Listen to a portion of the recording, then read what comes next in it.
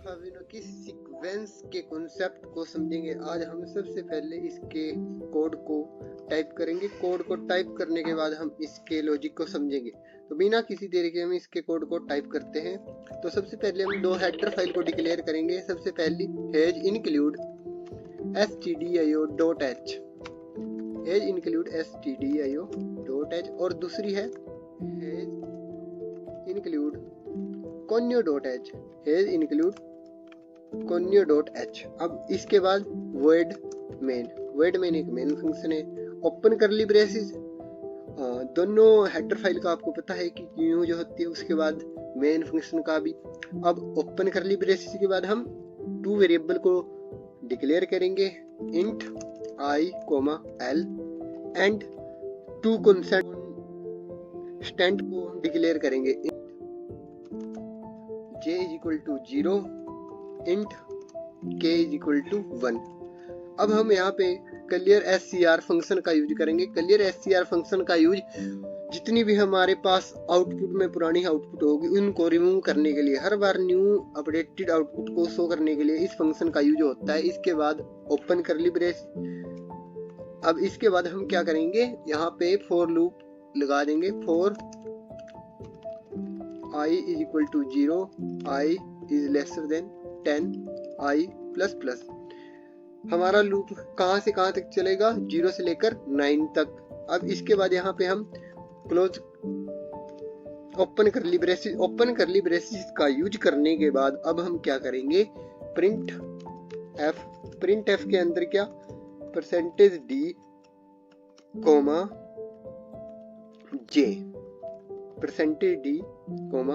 j, और यहाँ पे /t का यूज कर लें ताकि हमारे पास आउटपुट में इक्वल स्पेस आ जाए ईच एलिमेंट के पास। ओके, अब इसके बाद हम क्या करेंगे, इसके बाद हम इसके लॉजिक को टाइप करेंगे। तो लॉजिक क्या रहेगा इसका, हम क्या करेंगे, जो हमारे पास j है, l में हमारा क्या आ जाएगा, j।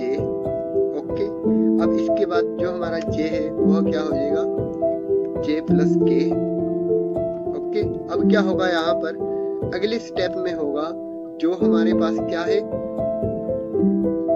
k है, उसमें क्या आ जाए, l, k equal to l। Okay, अब यहाँ पे हम इसको क्लोज कर देंगे। क्लोज करने के बाद गेट ch फंक्शन का यूज कर लेंगे। गेट ch फंक्शन का यूज करने के बाद फिर क्लोज। अब इसको हम कंपाइल करके देखते हैं, फिर इसके लॉजिक को समझेंगे और हमारा प्रोग्राम प्रॉपर्ली वर्क कर रहा है। अब देखिए फाइबोनाची सीरीज का मतलब क्या है, जैसे कि हमारे पास output 0, 1, 1, 2, 3, 5, 8, 13, 21 and 34 is also called Fibonacci series. Fibonacci series का मतलब होता है कि हर बार जितने भी आउटपुट के लास्ट के एलिमेंट हैं उनको आपस में ऐड करते रहना। जैसे कि हमारे पास 0 plus 1 1, 1 plus 1 2, 2 plus 1 3, 3 plus 2 5, 5 plus 3 8, 8 plus 5 13, 13 plus 21, 13 plus 8 21। इस तरह से हमारी क्या होगी, हर बार आउटपुट। अब इसके लॉजिक को समझते हैं। हमने क्या करा, सबसे पहले दो हेडर फाइल को डिक्लेयर किया। पहली हैज इंक्लूड stdio.h, दूसरी हैज इंक्लूड conio.h। ये हेडर फाइल, इनके अंदर क्या होता है हमारे पास, जैसे कि clear scr printf फंक्शन का हम यूज कर रहे हैं। हमने क्या लिखा, printf, और हमारी जो आउटपुट भी है वो आउटपुट में शो होगी। जो printf फंक्शन है यह है, इसका जो कोड है वह stdio.h हेडर फाइल है, उसके अंदर सेव होगा। जैसे हम इस फाइल को डिक्लेयर करके printf फंक्शन का यूज करते हैं, फिर हमारी आउटपुट शो हो जाती है। अगर हम इस लाइन का यूज ना करें तो हमारे पास आउटपुट शो नहीं होंगी, क्योंकि क्या होगा, यह हर बार इस आउटपुट को रिमूव करवा, हमारा प्रोग्राम प्रॉपर्ली वर्किंग नहीं करेगा, क्योंकि printf फंक्शन का कोड नहीं है।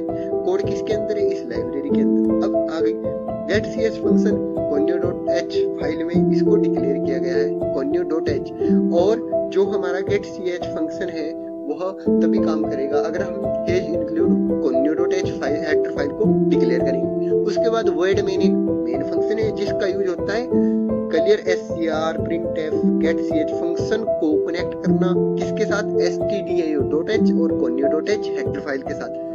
ओपन करली ब्रेसेस। इसके बाद हमने इंट आई और एल दो वेरिएबल डिक्लेयर किए। ओके, इसके बाद हमने क्या करा, इंट जे और के टू कांस्टेंट डिक्लेयर करे। इसके बाद क्लियर एससीआर, क्लियर एससी के बाद हमने फॉर लूप लगाया। फॉर लूप के अंदर हमने i इक्वल टू 0 और वह 10 तक चलाया, मतलब कि 0 1 से लेके 9 तक हमने इस लूप को चलाया। उसके बाद क्या, print F percentage D slash T J, मतलब कि जे की हर वैल्यू को वह आउटपुट में शो करेगा। तो क्या हुआ, जैसे कि हमारे पास जे में क्या था 0, और हमने प्रोग्राम को जब हम रन करेंगे तो हमारे पास 0 आया 0 आगे।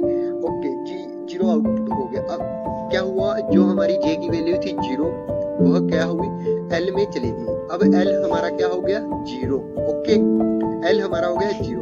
अब जे प्लस के प्लस जे या फिर जे प्लस के, वह क्या हो गया, जे की वैल्यू है क्या 0 और प्लस के की वैल्यू है क्या 1, इसकी वैल्यू क्या है 1। जो प्लस हो गई वह होगी जे प्लस के, जो कि 0 प्लस 1 इक्वल टू 1।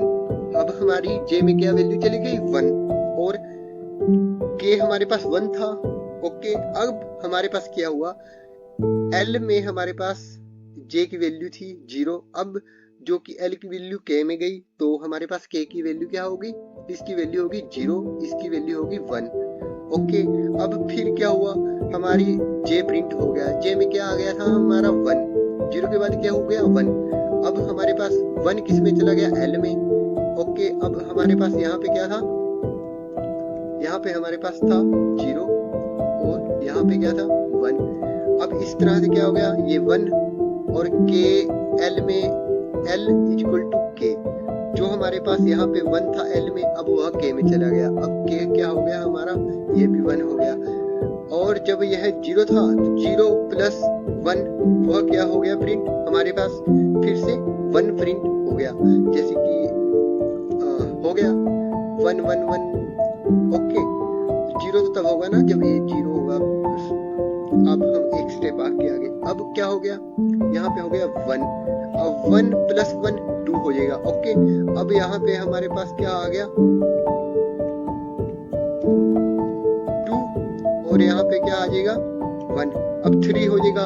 अब 3 के बाद क्या होगा हमारे पास, यहाँ पे आ जाएगा 2 और यहाँ पे आ जाएगा हमारे पास 3, 5 हो गया। अब यहाँ पे आ जाएगा 3 और 3 प्लस 2 5। अब इनका ऐड हो गया, यहाँ पे आ जाएगा हमारे पास 5 और यहाँ पे आ जाएगा 8। तो इस तरह से हमारा प्रोग्राम फाइबोनाची सीरीज में काम करता है।